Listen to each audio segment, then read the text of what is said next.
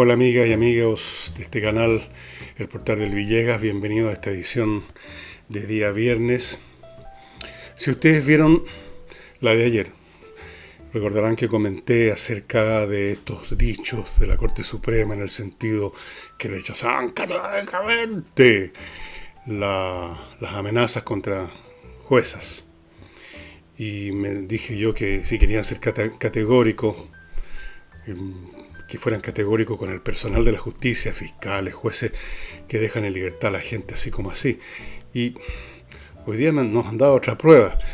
Ese grupo de jóvenes combatientes que fueron capturados cerca de la Plaza Baquedano, merced a una nueva táctica bastante obvia, por lo demás no sé cómo no la habían empleado antes, de rodear a los manifestantes y después tomarlos, así ya no tenían dónde ir.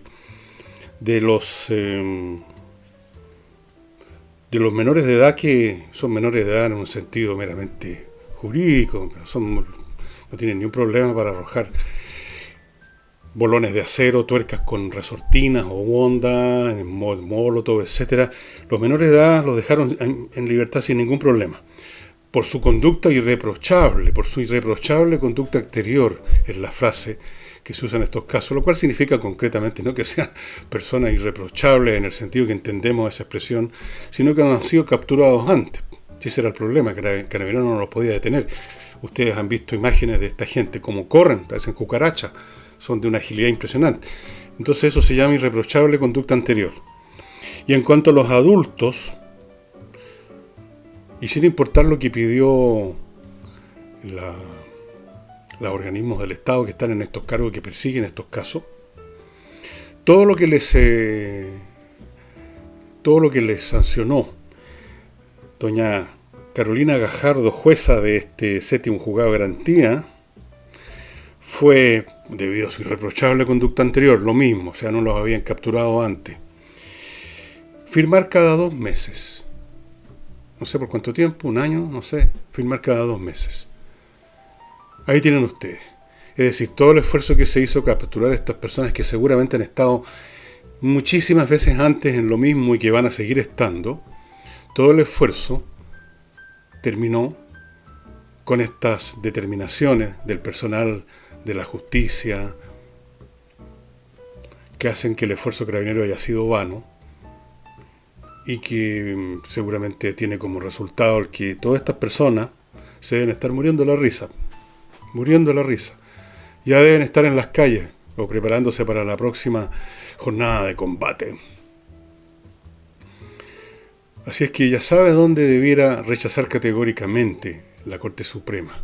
Debiera rechazar categóricamente el que la señora Carolina Gajardo encuentre un buen pretexto, seguramente con ganas de que no la pongan a ella también en la lista negra los combatientes, pues, que no aparezca ella en algún cartel sindicada como blanco de algún loco, acusada de esto y lo demás allá. Entonces ya parece que aprendieron la lección y se busca cualquier artificio legal, como esto de la irreprochable conducta anterior, irreprochable, esta gente irreprochable.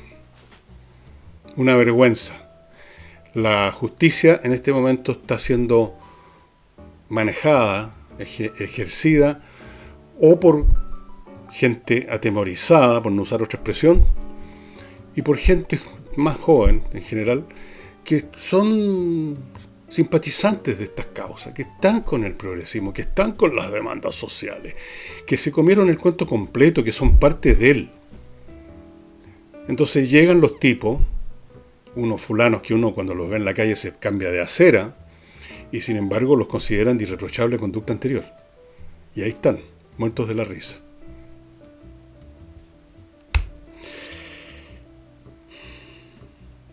¿Qué se puede hacer en estos casos, estimados amigos? Porque la justicia es independiente, el gobierno puede reclamar, puede argumentar, puede quejarse, pero no olvide el gobierno que ellos también han contribuido a entregar el espacio público a esta gente. Han contribuido. Le han dicho que sí a toda petición o exigencia de estos burócratas internacionales a cargo ahora de los derechos humanos,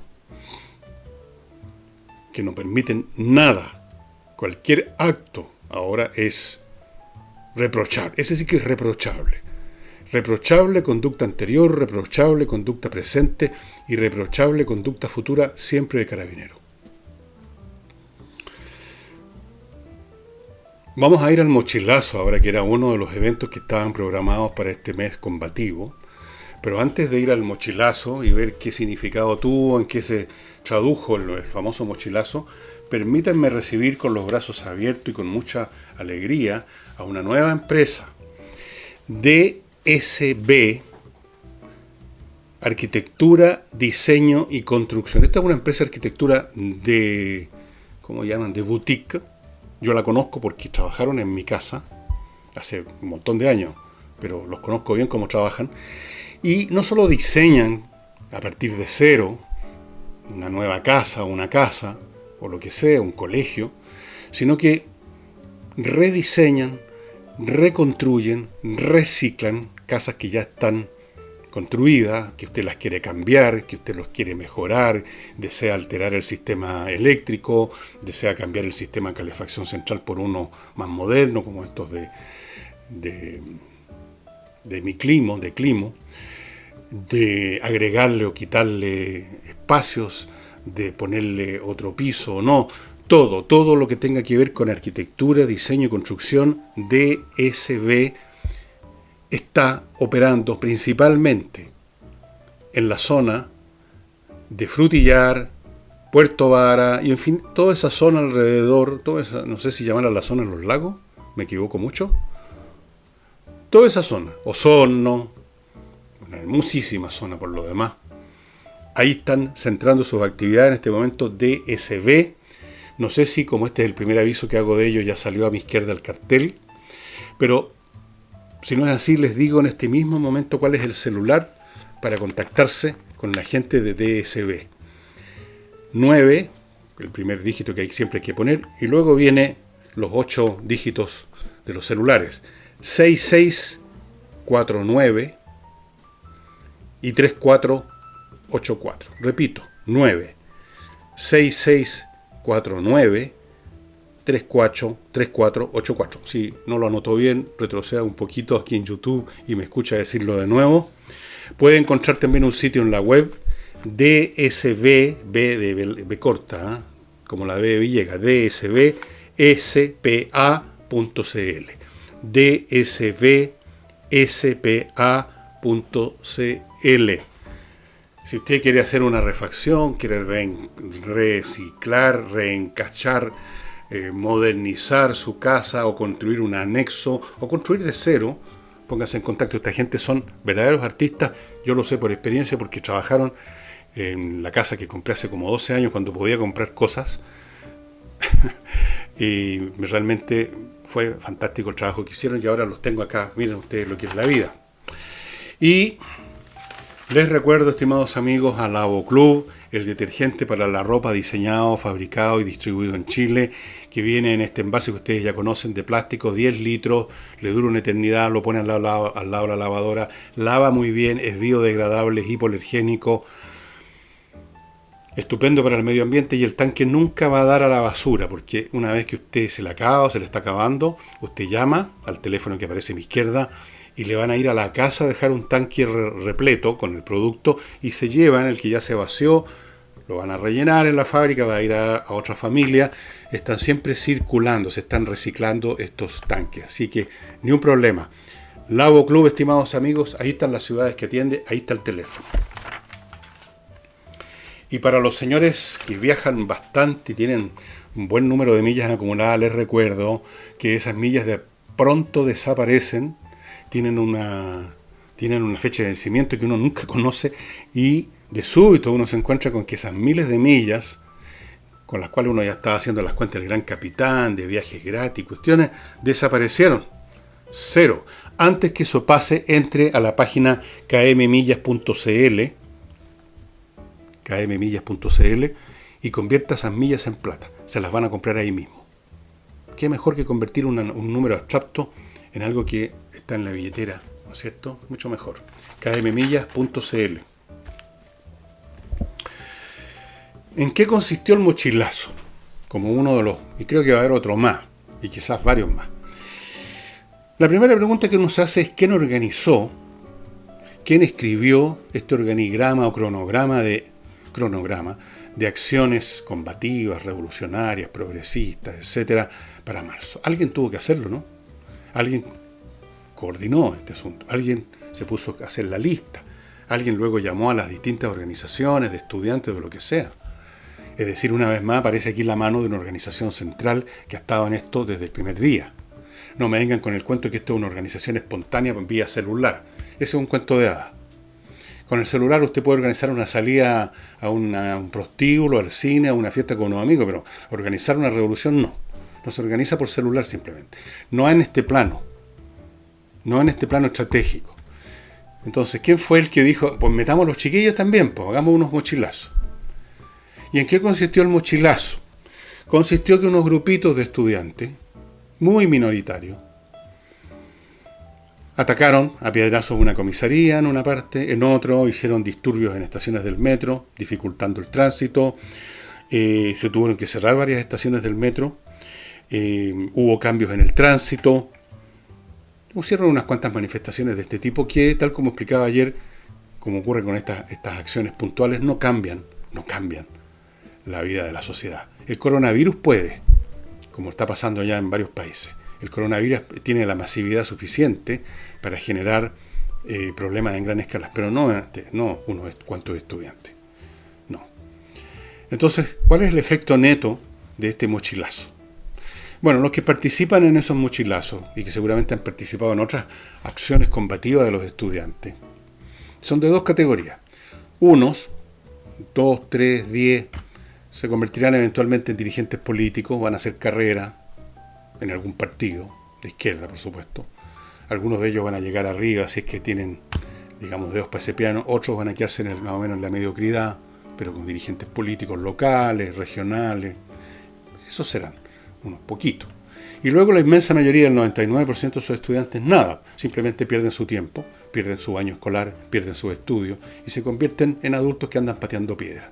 Eso es lo que hemos visto a lo largo ya de varios decenios. Ese ha sido el destino. Si usted sigue la trayectoria del estudiante promedio que ha participado en este tipo de cosas, va a encontrar que en la inmensa mayoría de los casos han sacado malos puntajes, no han entrado a la universidad o han entrado a carreras que no querían, desertaron el primero o segundo año, no han encontrado trabajo tampoco porque no tienen mucho interés en encontrarlo. Además, están en sus casas como parásitos de su familia, a lo mejor consiguieron una peguita, un pituto, alguna cosa así, o están metidos en alguna cosa peor. Ese es todo el efecto. Nada más. Se arruinan sus propias vidas. Ahora, ¿es culpa de ellos? Parcialmente. Hay que meter en el baile también a los padres, que no se fueron capaces jamás de educarlos, de disciplinarlos, y los cabros se fueron por la libre, terminaron en estos grupetes. Los padres, a su vez, probablemente venían de familias también disfuncionales que no los formaron bien. Esto es un proceso en cascada, cada vez peor. Así es que sirven, además, por supuesto. Los escolares siempre han servido a las organizaciones de izquierda como carne de cañón. Son especialmente intocables los estudiantes por ser niños. Entonces los usan.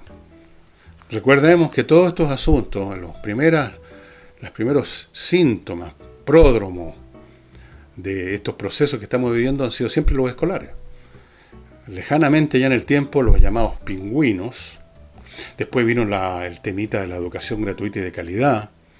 Después vinieron los incidentes en el metro, protagonizados por estudiantes. Los usan siempre como vanguardia de los tontos útiles, porque no los pueden tocar y los chiquillos están entusiasmados, les encanta sentirse protagonistas de la historia, sentir que están reemplazando la lata de sus vidas, una vida en la cual no tienen otra entretención que el tablet, que la computadora, que la internet, que el tonteo, incapaces de leer, incapaces de pensar, incapaces de generar una dirección en sus vidas. Entonces encuentran aquí una escapatoria, una aventura, salir a la calle, a pelear con los pacos, ¿ah? Aparecer en la televisión, hacerse los choros con las niñitas. Y los papás, en algunos casos lo hemos visto, aplaudiendo a los chiquillos, para que no digan que los papás no entienden a sus hijos, que no entienden la lucha combativa de los hijos. Entonces se apoyan unos a otros. Y el resultado neto ni siquiera es la mediocridad, sino que menos que eso. Personas que no van a llegar a ninguna parte. Y le van a echar la culpa, por supuesto, al sistema, a la globalización, a la educación que no es buena, cuando ellos no hacen nada por mejorarla con lo que tienen incluso. En eso va a terminar el asunto, en la destrucción del futuro de todos los cabritos que participan en estas cuestiones. Y los que no vean sus vidas destruidas porque las van a haber convertido en carreras políticas, que es una forma de destruir su vida en cierto sentido, pero por último, en fin, van a obtener ingresos, porque ahí eso no les falta a los políticos, ingresos, hoy en día especialmente parece, y en eso va a terminar. No van a cambiar nada el país, no va a cambiar la estructura política, social, institucional y cultural de Chile porque simplemente le tiraron piedra a una comisaría. Ni siquiera como engranajes de una máquina más vasta de disturbios van a cambiar nada, porque esa máquina más vasta de disturbios no va a cambiar nada. Ya van a ver ustedes lo que va a suceder. Permítanme ahora continuar con mis otros auspiciadores, como inviertaenusa.cl, una asesoría de inversiones en Estados Unidos, especialmente en el campo inmobiliario, terrenos, casas. Hay en Estados Unidos algunas ciudades, como por ejemplo Detroit, que ofrecen las autoridades de la ciudad ofertas extraordinarias. En cuanto usted encuentra casas muy baratas, encuentra facilidades tributarias, encuentra un montón de facilidades, y estas inversiones, si acaso no es para ir a vivir allá, son de las más seguras. La inversión inmobiliaria es una de las cosas más seguras que hay porque el inmueble no se desgasta, no se evapora en una depresión, en una recesión, no desaparece en la nada como puede ocurrir con un fondo financiero. Está siempre ahí la casa o el terreno. Así es que si usted está pensando en invertir en Estados Unidos, incluso en sacar una cuenta corriente en Estados Unidos, en tener una cuenta corriente y obtener un crédito hipotecario en Estados Unidos, invierta en USA.cl. Y así como hay algunos que quieren comprar casas en Estados Unidos, hay algunos que quieren vender las suyas en Chile. Y para eso está Hey, el corredor más rápido de Chile en este momento. Más rápido que los demás. A eso me refiero. Sabe vender muy bien, tiene métodos muy originales para acelerar el proceso, sabe arrendar muy bien a quienes andan buscando buenos arrendatarios y sabe administrar arriendos, cosa importante si usted es un rentista que tiene sus ingresos basados en 10, 15 o lo que sea, arriendos de departamentos, casas, lo que sea. Hay gente que arrienda su estacionamiento en edificios, hay gente que tiene ese tipo de rentas. Hey, para todas esas cosas. Y por supuesto, sigue en pie la oferta que ustedes ven a mi izquierda, esta casa en Rapel, en la zona de Matancilla, una tremenda casa, 280 metros cuadrados. ¿Cuánto es? 7.300 metros cuadrados de terreno, 130 metros de embarcadero ahí, en el lago Rapel. Una estupenda oportunidad de invertir también. Si quiere invertir en Chile en propiedades inmobiliarias, ahí tiene un ejemplo. ¿Cuánto vale esta casa? Nada comparado con cuánto va a valer en un tiempo más. 15.000 UF, estimados amigos. Y les decía entonces que el mochilazo no, lamentablemente uno ve a los chicos, o los chiquillos, como decía Guille, entrar una y otra vez en estas lógicas. No crean que es cosa de ahora, ha sido siempre. A los niños, a los adolescentes que andan molestos con la vida, más que los adultos que están más domesticados, molestos con la vida, molestos con su capacidad, empiezan a sufrir las primeras frustraciones, sospechan que son del montón y que van a tener una vida mediocre, se miran al espejo y se ven ahí nomás. Tienen millones de factores de frustración los adolescentes, todavía no han logrado madurar, no han logrado acostumbrarse a sus vidas, no se han resignado. Los adultos por último nos resignamos a lo que somos. Están con esta sensación de que lo quieren todo y que podrían quizás tenerlo todo, pero no van a tener casi nada. Y caen en estas cosas, son los primeros reclutas de todo movimiento épico, con narrativas gloriosas. Son los primeros que corrieron a reclutarse en las juventudes del partido nazi, por ejemplo en Alemania. Vean ustedes los documentales de la Reifenstahl, creo que se llamaba esta cinematografista tan talentosa. Son los primeros que corren a estas cosas. Y se les dan un uniforme, mejor todavía.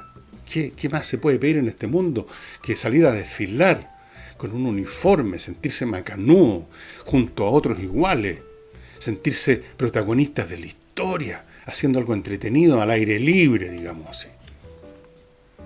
¿Y cuál es el resultado de todo eso? Un desastre. Pero se dan cuenta ya cuando es tarde.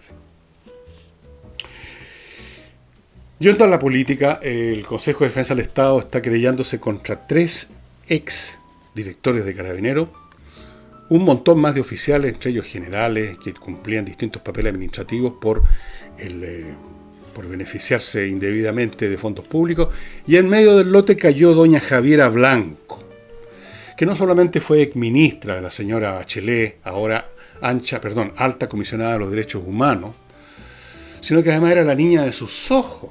Por Dios que le gustaba esta niña Blanco a doña Michelle Bachelet. Cuando tuvo problemas le dio un premio incluso. La nombró en el Consejo de Defensa del Estado, que ahora se está creyendo contra ella. ¿Qué tal? Divertido, ¿no? Creo que el cargo fue presidente del Consejo de Defensa del Estado. ¿Qué menos, pues? Para esta niña tan amorosa. Bien, ahora está querellada como receptora y beneficiaria de la distribución ilícita de bienes públicos. Chúpense esa.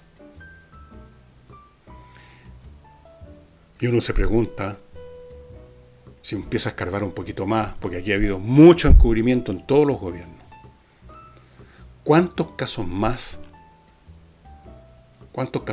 de, como dice aquí, recepción y beneficio ilícito de fondos públicos, por no decir robo? ¿Cuántos casos más habrá? ¿Cuántas cosas que todavía no se conocen? ¿Cuántos casos que aún no ha saltado la liebre?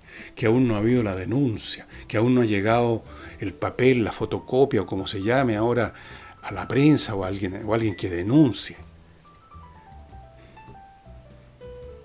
Es lo que sucede cuando una sociedad pasa del estado de pobreza franciscana a cierto estado de prosperidad, como ocurrió con Chile en los últimos 30, 40 años. El país creció, el país se benefició, mucha gente salió de la pobreza, pero también mucha gente entró en el robo. Claro, la honestidad es una virtud bien frágil, ¿no? Normalmente esta sociedad que no hay manera de robar. No hay nadie más honesto que el que no puede meter las manos en ningún cajón. Una vez que se puede meter las manos, la cosa cambia de inmediato.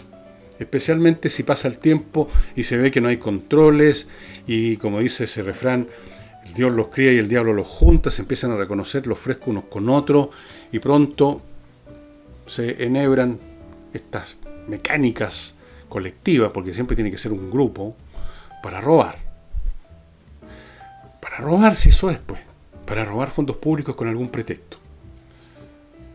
Bien. ¿Qué más se puede decir de esto? No mucho.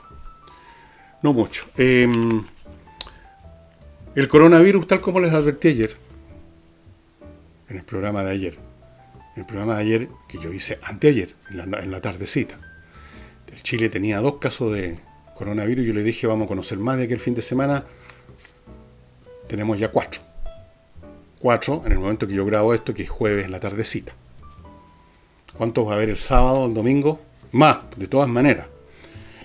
Así que ya ven ustedes, no es muy difícil pronosticar esto por la mecánica, por la matemática que está en esto. Si esto está modelado matemáticamente, es muy entretenido cómo funcionan las matemáticas a veces para estudiar cosas que parecen tan ajenas como es la expansión o crecimiento de una epidemia. Pero está estudiado. Y como les decía ayer, las medidas de contención van siempre un paso, por ser generosos, a veces van varios pasos por detrás de este proceso. Usted detecta a alguien que está enfermo y lo aísla, pero ese personaje que está enfermo usted lo detectó como enfermo porque dio los síntomas y por lo tanto tuvo tiempo para contaminar a otros 10 o 20 o 30. Vaya usted entonces a buscar esos 20 o 30 que a su vez tuvieron tiempo cada uno de ellos, multiplique 20 por 20 o 30 por 20 o 30, o sea, léalo al cuadrado y así vaya generando el árbol. Es una especie de árbol que va creciendo así. Crecimiento exponencial se llama eso. Ahora, estuve estudiando con más detalle la letalidad de este virus. Es más letal que la influenza común y corriente. Su letalidad parece ser, porque la letalidad para saber exactamente la letalidad habría que saber exactamente cuánta gente está contagiada y no simplemente los que ya manifestaron abiertamente la enfermedad. Pero hasta el momento la cifra que se maneja es 3,4%, que es bastante mayor que una influencia común. Ahora, la influencia común ha abarcado, generalmente cuando se desatan las epidemias de influenza a nivel mundial, ha abarcado tanta gente que han muerto muchos más de los que han muerto hasta ahora con coronavirus, pero denle tiempo al coronavirus.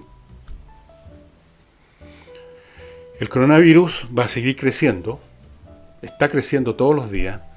Cada día aparece un nuevo país donde se detecta 1 o 2 o 3 casos. Al otro día ya son 10 o 20, y luego aparece otro país y así sucesivamente en los países que ya está el tema, bueno, el asunto aumenta mucho más rápido. Y los efectos en la economía van a ser mucho peores de los que eran en las plagas de la antigüedad que han sido estudiadas en su desarrollo, porque la estructura económica era diferente. En un mundo constituido básicamente por una economía agraria, agrícola, el 90-95% de la actividad económica era simplemente la producción de alimentos y algunas condimentos, cosas. La tierra era la fuente de la riqueza. Del 5% restante, el 3 o 4% era el comercio y el resto las artesanías, muy poquito. Entonces, si una epidemia llegaba a una zona, pongamos en la Europa del siglo XIV cuando llegó la peste negra, y se moría un montón de gente, otros quedaban enfermos, lo que significaba era que se acababa la actividad económica en esa zona, pero las demás zonas todavía no contaminadas seguían funcionando porque no eran interdependientes. Una zona que produce alimentos es igual a otra zona que produce alimentos. Por supuesto hay diferencias, hay zonas que producen ciertos alimentos y otras producen otros distintos y hay algún grado de comercio para compensar lo que uno no tiene. Pero comparado con lo que es hoy día en que la economía en un 100% se basa en el intercambio de productos de todo orden, el efecto es inmensamente mayor. Aquí no es cuestión de que se detiene esta parte de la economía, pero las otras siguen funcionando igual hasta que les llegue la plaga. No. Si se detiene esta parte, por ejemplo, lo que empezó a pasar en China, lo que está pasando en China, se detienen otras también, porque deja de haber comercio, deja de haber producción. Miren lo que le pasó a Chile, a los exportadores de fruta, de uva específicamente. No había todavía ni un solo caso de coronavirus en Chile, pero resulta que no podían desembarcar sus containers con el producto. Yo no sé en qué quedó eso, algo se habrá desembarcado ya. ¿Por qué? Porque en China una montonera de gente estaba ya aislada o no iba al trabajo, se tomaron precauciones, lo que se llama la contención, y en resumidas cuentas, China ya no tenía gente para desembarcar los containers o no tenía empresas interesadas en comprar el producto porque a su vez los supermercados ya no estaban atendiendo a tanta gente. Es otra cosa. O sea, el daño antes se localizaba allí donde caía la epidemia, donde llegaba la plaga, se producía un efecto económico por la muerte o la enfermedad de la gente que trabajaba ahí, pero el resto del planeta seguía indemne, básicamente. Ahora no. Ahora cualquier punto afecta inmediatamente, en grados mayores o menores, a todo el resto del planeta. Por la interdependencia enorme, salvaje, que existe hoy en día, porque tenemos en realidad una economía planetaria. La globalización es eso, una economía planetaria. Permítanme continuar ahora con más de mis sponsors, otro bloque comercial. Otro producto de estos que están en la red es notarioexpress.cl, que le permite acelerar enormemente el trámite de sacar uno o más papeles notariales. Normalmente toma mucho tiempo, usted sabe, hay que pedir turno, esperar con un montón de gente que usted simplemente en su computador de bolsillo, el iPhone, lo que sea, en la misma notaría o en su casa, usted entra a notarioexpress.cl, busca el documento que quiere tramitar, el mismo programa, la misma página le pide los datos que se tiene que llenar, paga ahí mismo y está listo. Tiene que esperar unos pocos minutos a que esté impreso y firmado el formulario, el papel, lo firma usted también y se acabó. Tiempo de espera promedio 10 minutos. ¿Cuántas notarías están en esto? Cuando empezó esto eran 50, ahora hay muchas más. Incluso el programa, si usted no sabe a cuál notaría ocupar, le va a decir cuál es la que está más cerca de su casa, por geoposicionamiento de satelital. Notarioexpress.cl, estimado amigo. Fantástico. Fantástico es también educar a los chicos y chicas, ya sean suyos, nietos, sobrinos, en el arte de disciplinar su mate de tal manera que desde ahora en adelante, desde que son niños hasta que se mueran, su cabeza funcione mucho mejor que el promedio de la gente que no tiene disciplina. Es un tema de disciplina, no es un tema de neuronas, es un tema de algoritmos, de paradigmas, de cómo uno opera, ¿no es cierto? Esto es como aprender las tablas de las tablas aritméticas. Una vez que se aprendieron, usted calcula rápidamente casi cualquier multiplicación inmediatamente. Y esta es la oportunidad de que entrene a su nieto, a su hijo, a su sobrino con estas tácticas mentales superiores, poniéndolo como alumno del maestro internacional de ajedrez Pablo Tolosa en los cursos online de ajedrez que parten en abril. La postulación para estar inscrito están abiertas en espacioajedrez.com, el mismo lugar donde usted quizás ya compró la caja con el tablero, las piezas, la licencia, etc. Usted postula. Atiende a niños entre 6 y 17 años en 3 grupos de edad distintos, por supuesto 6 hasta 9 o 10, 10 hasta 13, no sé cómo los hará separados Pablo, pero están separados por grupos coherentes entre sí. Son 6 sesiones al mes, 4 clases, una por semana y 2 prácticas, hasta noviembre. El chico va a salir jugando mejor ajedrez, lo cual está muy bien, pero lo más importante, en el proceso de aprender a jugar mejor ajedrez, vas a aprender a pensar mejor, vas a desarrollar todas las habilidades cognitivas que requiere el ajedrez.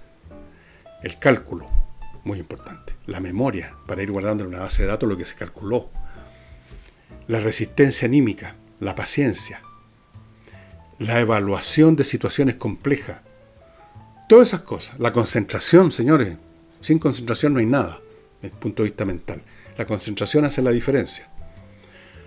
Así es que sugiéroles entrar a espacioajedrez.com y hacer que su niño o sus niños postulen a este curso online. Las postulaciones son limitadas porque el curso es online. Es decir, va a haber una interacción ahí, en el mismo momento, a tiempo, simultánea, con el profesor.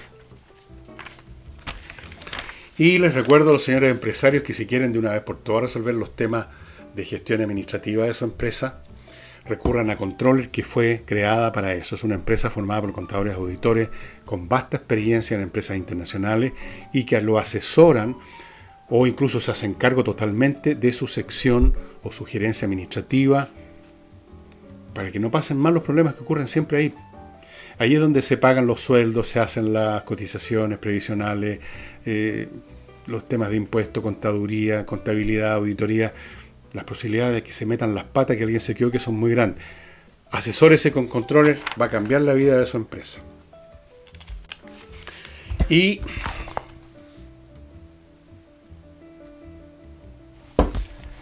hay algo que quiero comentar como tema más macizo del programa, relativo a la política y que me lo inspira, por así decirlo, me provoca hacerlo, unas opiniones que virtió el señor Jorge Navarrete, que es un conocido, creo yo que es conocido, demócrata cristiano, columnista, un hombre metido en la política hace mucho tiempo, que probablemente usted habrá leído más de alguna columna de él en La Tercera, creo que ahí hace las columnas. Ha estado, creo, me parece, en medios de comunicación, también nos lo invitan de vez en cuando. Es demócrata cristiano y ha dicho que siente más vergüenza que orgullo, más o menos esa es la expresión que usó, en relación a sus propios dirigentes políticos, por lo que han hecho en este último tiempo. Dijo que la política se ha convertido en un concurso de popularidad, que los políticos se suben a cualquier cosa que supuestamente, según sus pequeñísimos cálculos, les van a dar votos, popularidad. No miran más allá, dijo, del metro cuadrado. Y ahí estamos, en veremos. Bueno, es evidente que Jorge tiene razón en esta materia, de que efectivamente los políticos hoy en día, tal como lo vemos todo el tiempo, están preocupados más de la barra brava. En otros casos están preocupados de la barra brava y de joder al gobierno también por cálculos menores. O sea, hundamos al gobierno, aunque se hunda el país también, porque así vamos a tener una mejor oportunidad de llegar al poder. Al final se trata de eso. Ahora yo quiero hacer un comentario sobre lo que dijo Jorge Navarrete, que siendo cierto, siempre ha sido cierto. Siempre ha sido cierto que el político promedio, que es el que define a la especie, digamos, porque las excepciones en cualquier orden de cosas son eso, excepciones. No nos sirven para hacer un análisis de cómo funciona el grupo, ¿no es verdad? El político de todos los tiempos ha sido exactamente así. Y por eso que el término demagogia fue desarrollado por los Aristóteles o los Platón, a propósito de lo que viene en la democracia ateniense del siglo IV y V antes de Cristo. Esto no es de ayer.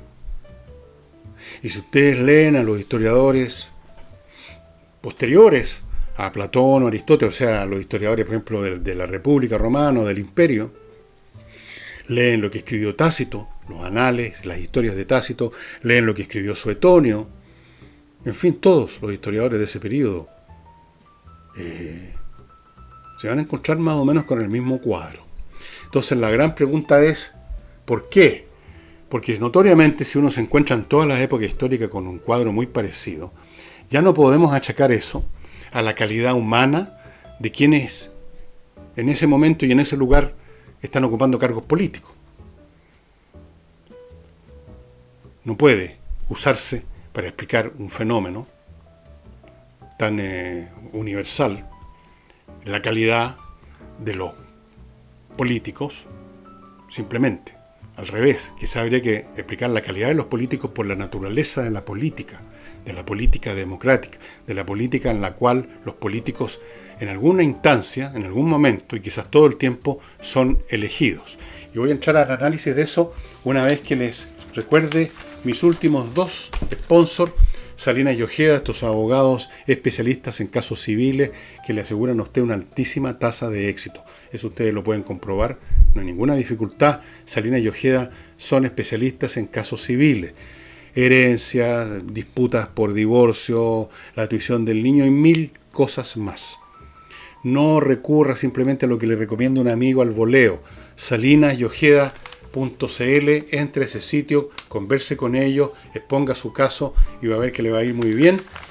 Y les quiero recordar además a los corredores de seguros Booker. Es una corredora de seguros especializada en temas de salud. Tiene un plan, por ejemplo, para las pymes, que siempre que tengan más de 8 trabajadores, un plan, una póliza que cubre consultas médicas, exámenes, medicamentos, hospitalizaciones, maternidad y óptica. Es una corredora que nos nació ayer, tiene 31 años de experiencia, mantiene relaciones con las principales compañías de seguro del país, tiene una tremenda cartera de clientes, empresas internacionales, instituciones del Estado, etc. Así es que ya sabe, quiere usted entregarle un beneficio excelente a sus trabajadores, mejorar el clima a su empresa. Booker, estimados amigos, ¿dónde encuentra Booker? Bookerseguros.cl, www.bookerseguros.cl. El problema con los políticos que son elegidos en algún momento o que dependen de alguna manera del público es que, si bien en teoría los políticos tendrían que ser como yo me imagino que Jorge Navarrete los quisiera y todos los queremos, un político que no se limita a estar en el metro cuadrado buscando lo que le va a hacer popular, sino que mirando los problemas y las necesidades de la sociedad, del colectivo a lo largo del tiempo. Eso es lo que todos quisiéramos. Se le hace difícil, entra en una contradicción, porque por una parte, vamos a suponer un político con las mejores intenciones, quiere dedicar su tiempo y su esfuerzo a dirimir, a determinar qué es lo más conveniente para la ciudadanía en tanto que colectivo, en tanto que Chile, en tanto que nación, pero por otro lado es puesto en el cargo en que está por los ciudadanos en tanto que individuos, no como el colectivo, es decir, a lo más en tanto que pequeños grupos que buscan promover sus intereses. Ahí hay una contradicción. Llegan al poder y eventualmente tienen algún poder para poder llevar a cabo supuestamente estas ideas que tienen sobre el bien de la nación en su conjunto a largo plazo, pero se encuentran que ese poder que tienen depende de esos que los eligieron para fomentar sus intereses privados particulares. Entonces hay una contradicción que no se puede resolver. No se puede resolver. Los políticos elegidos, si quieren seguir actuando en política para algún día que nunca llega, poder usar ese poder que les otorgaron para hacer las cosas que la nación necesita, en el concreto, en el cotidiano, en el día a día, ese político tiene que estarle mirando la cara a sus electores, tiene que estar mirando la cara a los votos, y eso significa que tiene que estarle mirando la cara a los problemas, a las necesidades, a los deseos, a las ambiciones y a las mezquindades de sus electores. Lo que llaman el distrito, la señora Juanita. ¿Cómo se resuelve esa contradicción? No se puede resolver, pues. Además de eso, ese político que está entre Sile Caribdis, como se decía antes, tratando de hacer cosas para la nación, pero teniendo que responderle a individuos que lo pusieron ahí, además de eso se topa con otros políticos que están en la misma situación, que también quisieran, por lo menos al principio, cuando recién llegan a los cargos del Estado, están llenos de ilusiones, quisieran mirar a futuro, a largo plazo, y se encuentran que tienen que estar mirando a sus electores, pero son electores distintos a los del otro político. Entonces, además, tienen que luchar, transar, acordar, llegar a algún tipo de arreglín, y esa es la política a fin de cuentas, con otros políticos. Y este público que los eligió para promover sus intereses privados, olvidados de eso, les reprochan sus conductas, que surgen necesariamente de ellos mismos, de esos electores, que los pusieron ahí para eso. Pero una vez que están puestos ahí, se les pide el imposible. Se les pide, favorézcame a mí, favoréceme a mí porque yo te puse ahí, pero al mismo tiempo preocúpate de los grandes intereses del Estado. Y si no lo estás haciendo y estás negociando con otro político que tiene otros intereses individuales, entonces eres un sinvergüenza, un bandido y un ladrón.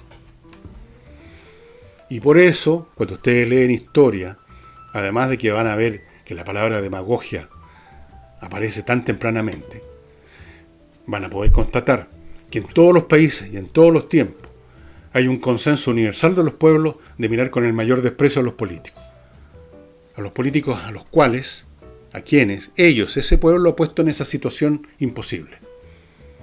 Son mirados como bandidos, como corruptos, como ladrones, como transaqueros, como desleales, y a veces lo son además, y probablemente llegan a serlo por la desmoralización misma que produce la realidad de la vida política. Yo creo que sería interesante, si es que hubiera alguien suficientemente franco para decirlo, de la gente que llegó del Frente Amplio al poder, que venían del, digamos, poco menos que del pupitre escolar, a ver cuál ha sido su experiencia cuando llegaron y se enfrentaron con las realidades de la política y tuvieron que empezar a transar, si no con el enemigo de clase, con sus propios colegas, con sus propios compañeros, con la sensibilidad del lado, con la de más allá. Entonces tenemos que el político, por supuesto, que trata de compensar todos estos malos ratos con la mayor cantidad de privilegios, como lo hemos visto en Chile, es una persona que, siendo además por lo general una persona común y corriente, no llegan genios deslumbrantes al Congreso, porque si fueran genios deslumbrantes no los elige nadie, la gente elige a quienes son iguales a ellos, eligen a espejos en los cuales pueden mirarse y verse a sí mismos. Entonces todo se junta para que el Congreso finalmente se convierta en un lugar donde gente de medianas facultades intelectuales son puestas además en una situación imposible a pelearse con otros que están en la misma situación. ¿Qué puede salir de eso? Lo que muestra la historia de todos los países, de la política de todos los países. Es entretenido y es muy aleccionador el darse el pequeño trabajo de leer no solo la historia de Chile para ver cómo se ventilaba la política en la República Parlamentaria, en la época de los decenios, y así sucesivamente, sino que en la política de otros países van a encontrarse con los mismos personajes, con los mismos demagogos, con los mismos sinvergüenzas, con los mismos desilusionados, con los mismos desmoralizados, con los mismos practicones de la política que tratan en medio de todo esto sacar algo positivo. Y no deja de ser un mérito, ¿eh? Y luego tenemos también, como lo estamos viendo ahora en Chile, especialmente en el sector de la izquierda, a los que se reblandecieron mentalmente y entraron en su segunda infancia política y hablan de expropiaciones, como he escuchado un político del PPD últimamente. Están hablando ya de expropiaciones como de los niñitos de 15 años en los años 60 que creían en la Unión Soviética. Ese es el problema, Jorge Navarrete, es un problema estructural. Entonces no es un tema de que justo ahora llegaron a Chile unos pobres aves al Congreso, una gente realmente despreciable que mira el metro cuadrado nomás. Siempre ha sido así.